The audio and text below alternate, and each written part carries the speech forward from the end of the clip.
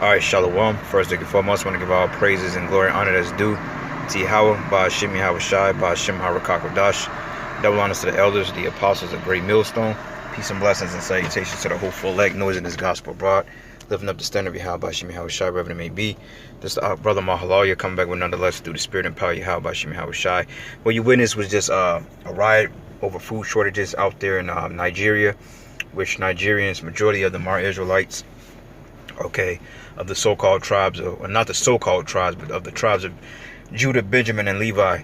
Okay, those are the remnant of the Jakes that was left behind that did come over to the Americas, but nonetheless, they're still facing persecution through Esau, Edom.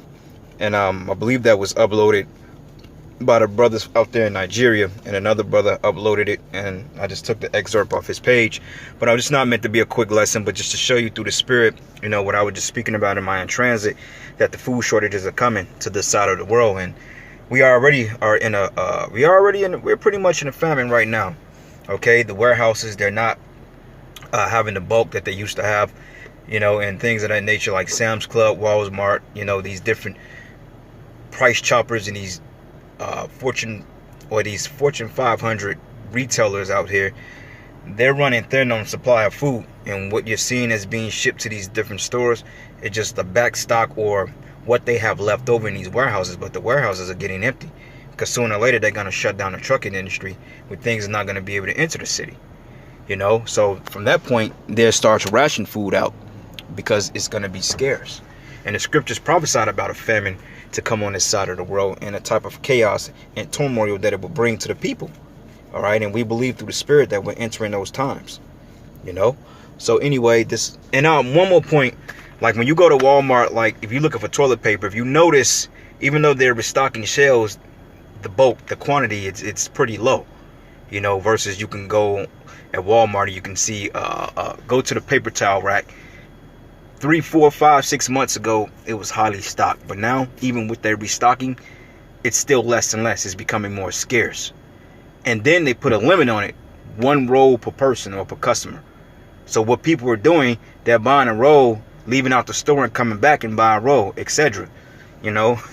So that's to show you that we're in some delirious times here. But anyway, this is the book of 2nd Ezra 16. And I'm going to start at 17. It says, "Woe is me, woe is me. Who will deliver me in those days?" This is the prophet Esdras asking the Lord, Yahweh Ba'ashim Yahweh Shai, how will he be delivered from the sad perils? Because obviously the man of the Lord, Esdras, he's back on the planet Earth today through one of the brothers. We don't know who he is. He could be any brother out there in the highways and the byways prophesying the downfall of this place. He can be me. I don't know, you know. And I'll just say that just to make the point that he's back on the earth today. Not to be presumptuous, because we don't know who we were in the past life, you know. But obviously we were men engaging in his great work, those of us that remain to the end at least. But it says the beginning of sorrows and great mournings. And if you look at these people, they are in a total lethargic state. They're totally in a derelict state. Let's look at it again. They're fighting and rioting.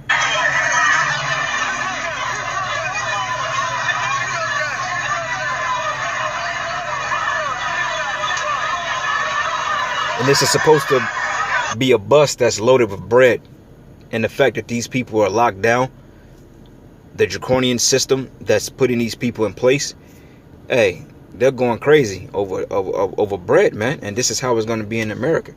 People are going to be fighting over toilet paper. Well, they've already done that. Somebody got smacked in the head with a wine bottle and stabbed up over some goddamn toilet paper, man. They show you that you people are totally immoral. You people got demons on you, man. Because the only thing you know is take, take, take. Instead of you people putting your best foot together, you got a neighbor. This dude may stock up on 20 loaves of bread for himself, not even looking out for his neighbor. But even though that won't even make a difference, because the scriptures say basically that neighbors should evade one another because of the lack of bread and for great tribulation. But nonetheless, man, you know, people, they don't think on the level of bartering. Because America, this is a complete selfish society. And the average person does not practice the act of selflessness, meaning putting itself last. Okay? And this is what you're seeing here in Nigeria.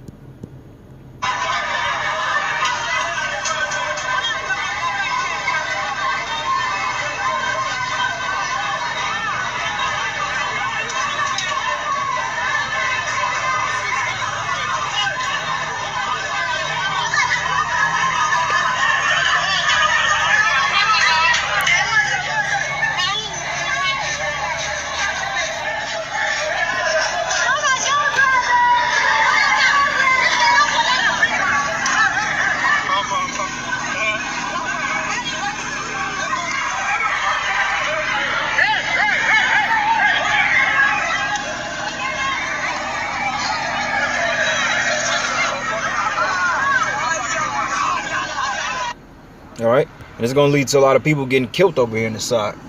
A lot of people are going to get hurt. People are going to get put to death behind rioting and fighting. And it says here, great mourning is the beginning of. It says this is the beginning of sorrows, and great mourning is the beginning of famine and great death, and beginning of wars, and the power shall stand in fear, and the beginning of evils. Hold on, let's lock here. But anyway, let me read it again. I was kind of distracted. Actually at work, trying to do the work. All right, but it says the beginning of sorrows and great mournings, and the beginning of famine and great death, the beginning of wars, and the power shall stand in fear, and the beginning of evils. And what should I do when these evils come? Okay, so we know through the Spirit we're gonna have faith. We're gonna keep the Lord first, and we're gonna continue to push His word, like it tells you in Isaiah, the 6th chapter. It tells you how long must we continue to preach the gospel, and this is to this place is desolate without inhabitant.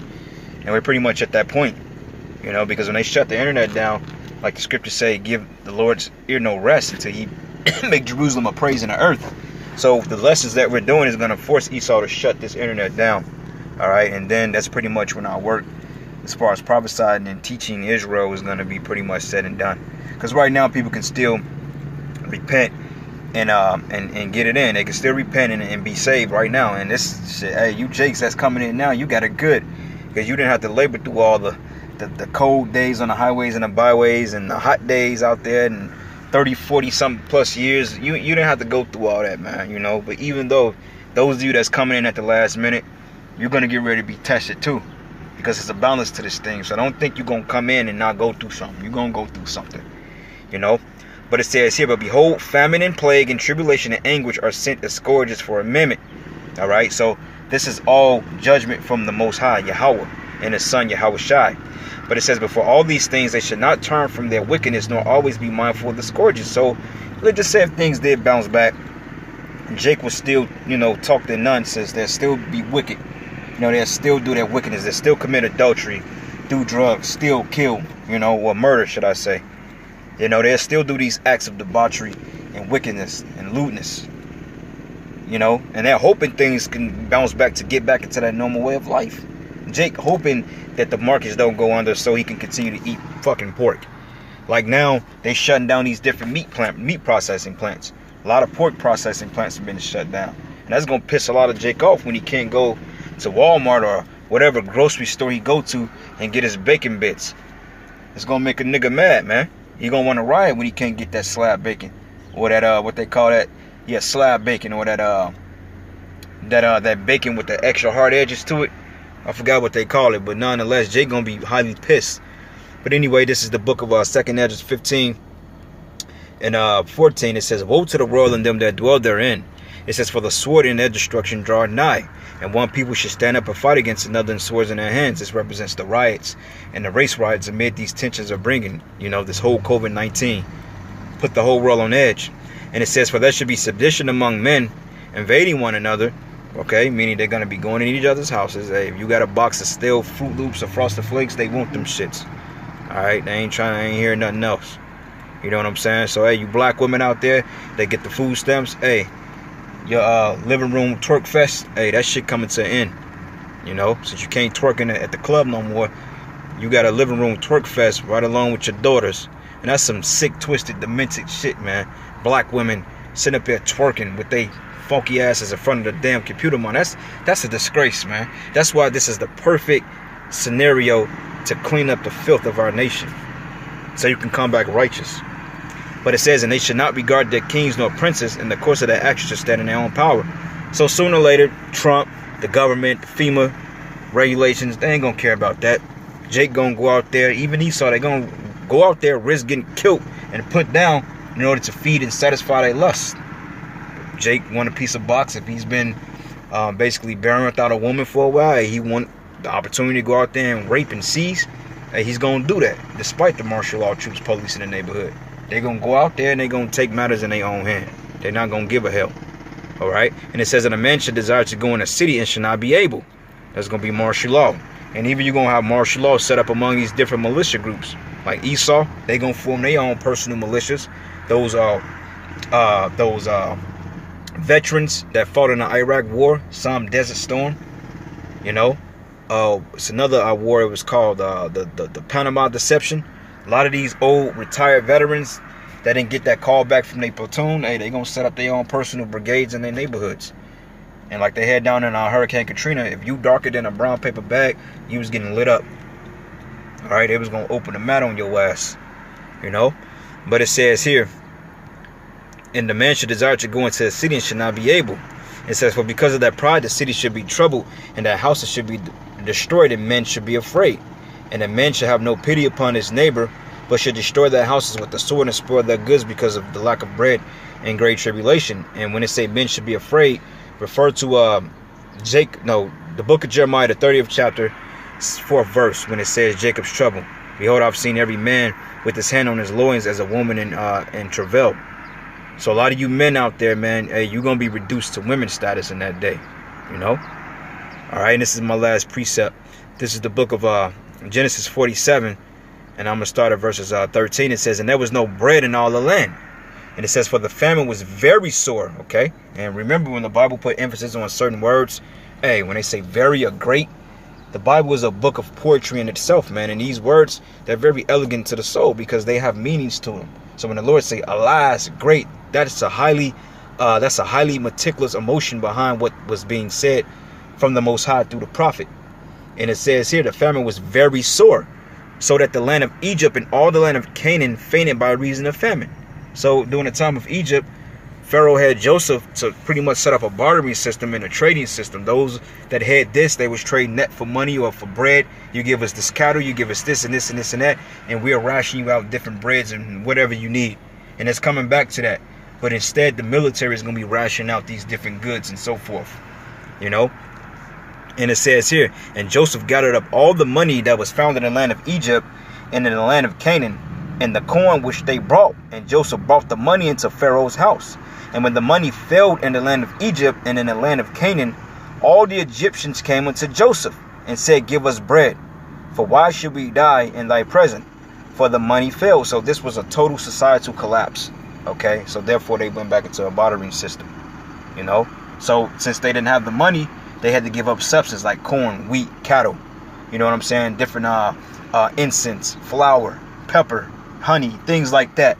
A bartering system. Like what is going to come back to, men are going to be trading their daughters and their wives for loaves of bread, you know, silver and gold for women, or silver and gold for bread, or for whatever goods that you may deem necessary.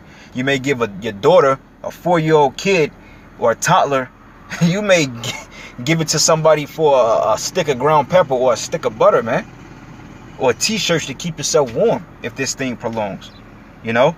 So those are times we living in, man. And hey, we gonna say we told you so. But anyway, with that, all praises and glory and honor that's due to Yahweh Shemi Shai. And with that, Shalom, Lord's will you were edified into the next lesson. Shalom and a Baba Ball and Baraka Thumb to the Ha'akim.